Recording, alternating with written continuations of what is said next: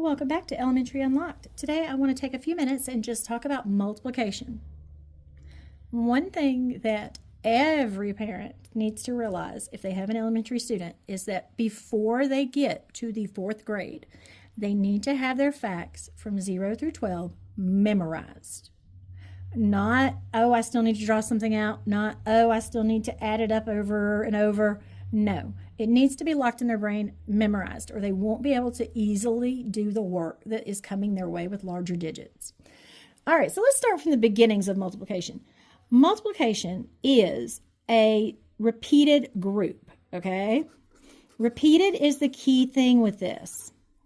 So what you're going to see is you might have groups, and in each group, you have the same amount. Why does this matter? Because the way we write our equations actually goes with how many groups there are, because the groups come first. So we would say 3 groups of 2, because this is 3 groups with 2 in each. 3 groups of 2, and then all we have to do is replace the groups of with the multiplication symbol, and we actually have our equation 3 times 2. Now, yes, we fully understand that 2 times 3 is the inverse operation of this fact. However, this plays out in a lot of places. One place that this shows up a lot is with an array. So an array is simply a grid. Now, this particular grid is 3 rows. 1, 2, 3. And 2 in each row. 1, 2.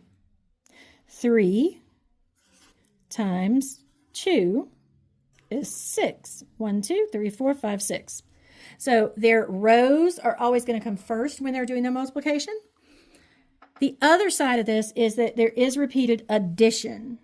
So they can go in with their ability to add, and they can say, okay, let's pretend this is adding. And let's say 2 plus 2 plus 2 is, well, they can skip count by 2s. 2, 4, 6. Now, we did these with small numbers. That's pretty basic. But it can be done with larger numbers. The children need to be going all the way from 0 times 0 up to 12 times 12 for everything. So they've got to get these locked in their brain before they move to 4th grade. It really helps if they have gotten started on it as they're exiting 2nd and that they're working on it with flashcards on the regular basis. I know it's not particularly fun, but when I was a child, I liked writing my facts. Some kids do. I learned them by writing them 10 times each, over and over, until I learned them. The only one that really messed me up as a child was 7 times 8. And I tell you, 7 times 8 drove me nuts. Now, as an adult, I know it's 56. But as a child, I could not remember that. Now, I do have other options here. What I could do is look at this and go, okay, well, you know what? A 7 is nothing more than a 5 plus a 2. That's all it really is. And I know that the 5 can be multiplied by the 8. And I know that the 2 can be multiplied by the 8. Excuse me. Writing too fast. 5 times 8 is 40. 2 times 8 is 16. This is where that friendly number work really helps to know that a 2 and a 5 make a 7. It helps. So we can see that 40 plus 16 is going to give us the 56. I wish I had known how to do that when I was struggling with that problem as a child.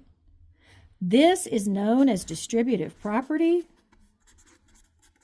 and it is very complicated for the kids when they get in larger numbers, but at this basic level, it's extremely helpful with multiplying higher digits within this. So 6, 7, 8, 9, really useful. I think 7 and 9 are probably the most useful because a 7 can be a 5 and a 2, and a 9 can be a 5 and a 4. So as always, so glad that you dropped by, took a look, took a listen. If you have anything that you would love to see a video of so that you can better support your child, please leave a comment or send a message and let me know what you would like to see next. Until then, Good luck and enjoy your time with the children practicing.